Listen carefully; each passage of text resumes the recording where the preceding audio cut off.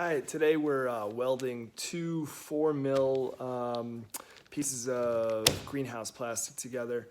They came in 10-foot wide sections and I needed 20-foot wide sections. So I'm using a battery powered heat gun with a flat tip nozzle to weld these pieces together, and so we don't have to tape them.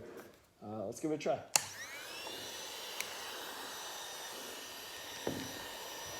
So we align the pieces, preheat, and then press in to get the pieces to melt together.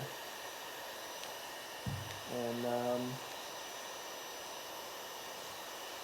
with a little luck, we'll have a 20-foot wide piece of greenhouse plastic.